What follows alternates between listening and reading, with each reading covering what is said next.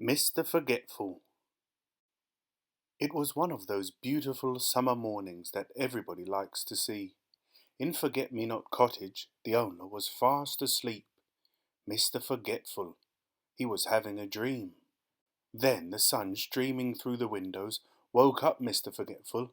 Oh! He yawned and stretched his arms and tried to remember what he had been dreaming about.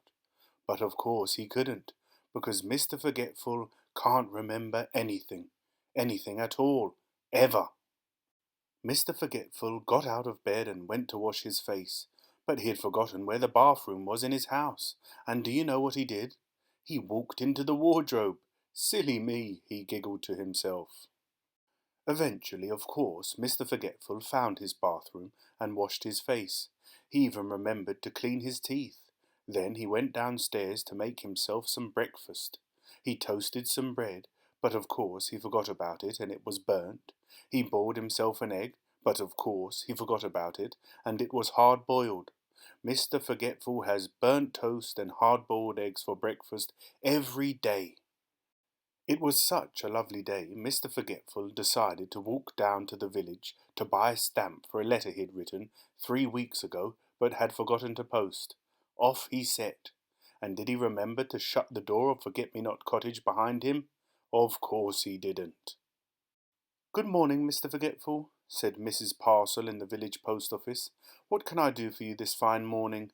"I'd like uh, er, I've forgotten," he said. "A stamp?" suggested Mrs. Parcel, looking at the letter Mr. Forgetful was carrying. "Yes, a stamp. That's what I was trying to remember not to forget," said Mr. Forgetful. Mrs. Parcel smiled. She was used to Mr. Forgetful. Mr. Forgetful had some more shopping to do, but could he remember what it was he was supposed to remember not to forget to shop for? Of course he couldn't, so he decided to go home. On his way he met the village policeman going the other way. "Morning, Mr. Forgetful," said the policeman.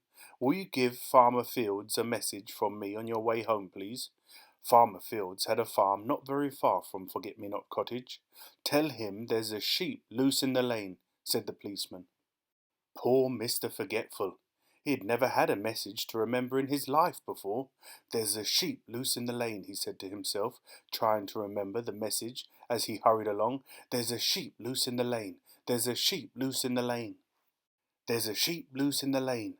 There's a sheep loose in the lane." Mr. Forgetful repeated the message over and over to himself. "There's a sheep loose in the lane." Eventually he arrived at the farm and found Farmer Fields. "Mr. Fields," he said, "there's a goose asleep in the rain." Farmer Fields couldn't believe his ears. "There's a goose asleep in the rain?" repeated Farmer Fields slowly. "But I don't have any geese, and anyway, it isn't raining. Are you sure that was the message?"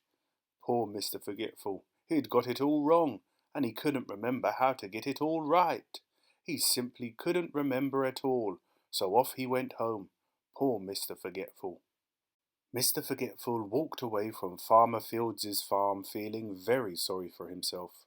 "I wish I could remember things," he thought. He was so busy feeling sorry for himself that he didn't see that there was a sheep loose in the lane. He bumped into it and fell over. "Bother," said Mr. Forgetful. "Baa," said the sheep. "How silly letting a sheep loose in the lane," thought Mr. Forgetful. And then he remembered the message. He jumped up and ran back along the lane to the farm as fast as he could. "Mr. Fields, Mr. Fields," he called as he ran into the farmyard. "Mr. Fields, there's a goose asleep in the rain." He had forgotten again. Mr. Fields scratched his head. "Come with me, come on," cried Mr. Forgetful, and pulled Farmer Fields back along the lane until they came to the sheep that was loose. "There it is," cried Mr. Forgetful, pointing. "A goose." And then he stopped. "Oh dear," he said, "that's not a goose, is it? That's a sheep." And he blushed. "I think," smiled Farmer Fields, "that you're the goose." And he chuckled, and Mr. Forgetful giggled, and Farmer Fields laughed, and even the sheep started to laugh, it was so funny. Later that day Mr. Forgetful sat down in his favourite armchair in Forget-me-not Cottage to think about what a funny day it had been. But do you know something? He tried and tried, but try as he would, he simply couldn't remember anything that had happened. Oh, Mr. Forgetful. The end.